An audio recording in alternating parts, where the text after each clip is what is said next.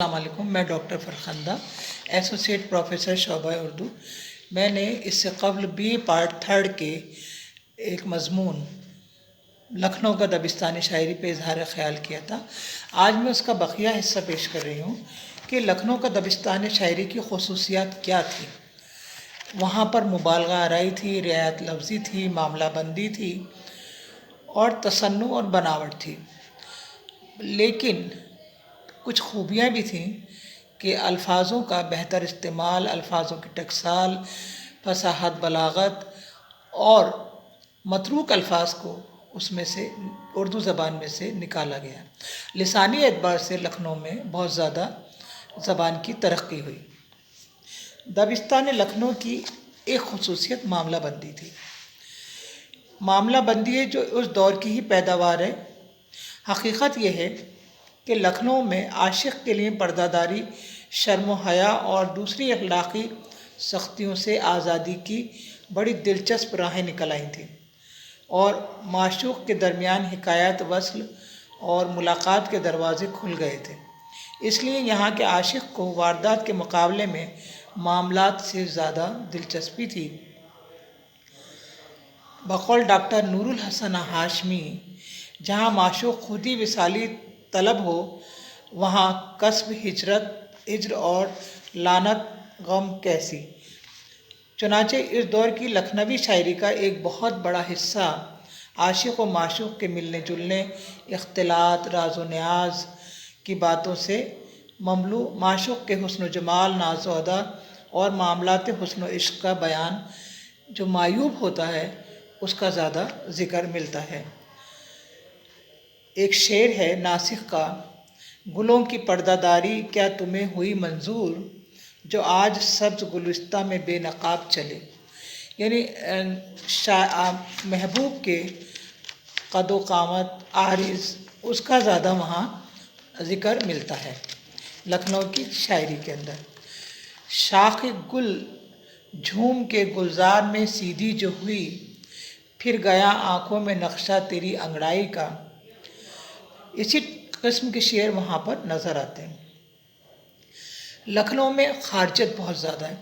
شاعری وہی اچھی ہوتی ہے جس میں داخلی کیفیت کا اظہار برملا ہوتا ہے، اور داخلی کیفیت کا اظہار زیادہ پایا جاتا ہے۔ خارجی کیفیت یعنی بہاری کیفیت۔ بہاری کیفیت کسے کہتے ہیں؟ کہ ہم اس چیز کو محسوس ہی نہیں کر رہے ہیں، ہم نے اس کو برتا ہی نہیں ہے، تو ہم اس چیز کا بیان کیسے خوش اسلوبی سے کر سکتے ہیں۔ اور شاعری کا فن وہی بلندیوں پر پہنچتا ہے جس میں داخلی کیفیت کا اظہار ہوتا ہے۔ لکھنؤ کی خارجیت کا یہی راز ہے۔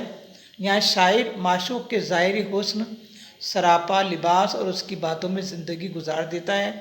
اس لیے لکھنؤ کی شاعری کا زیادہ تر سرمایہ یہی چیزیں ہیں۔ وہ اکثر تشبیہات و استعارات، کنایا اور رمز کی باتیں کرتا ہے، بلکہ اکثر شاعری میں بلا تکلف عورتوں کے محاورات استعمال کرتے ہیں، جس کی وجہ سے ان کے کلام میں خوبصورتی کی جھلک ملتی ہے، اور اس کی ایک زندہ مثال ریختہ ہے۔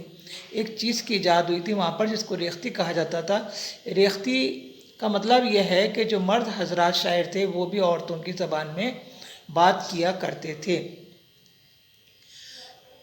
جیسے آتش کا ایک شعر ہے: پچیسی بہت کھیلتے ہو غیر سے اے جان، کوڑی کی نہ ہو جائے کہیں بات تمہاری۔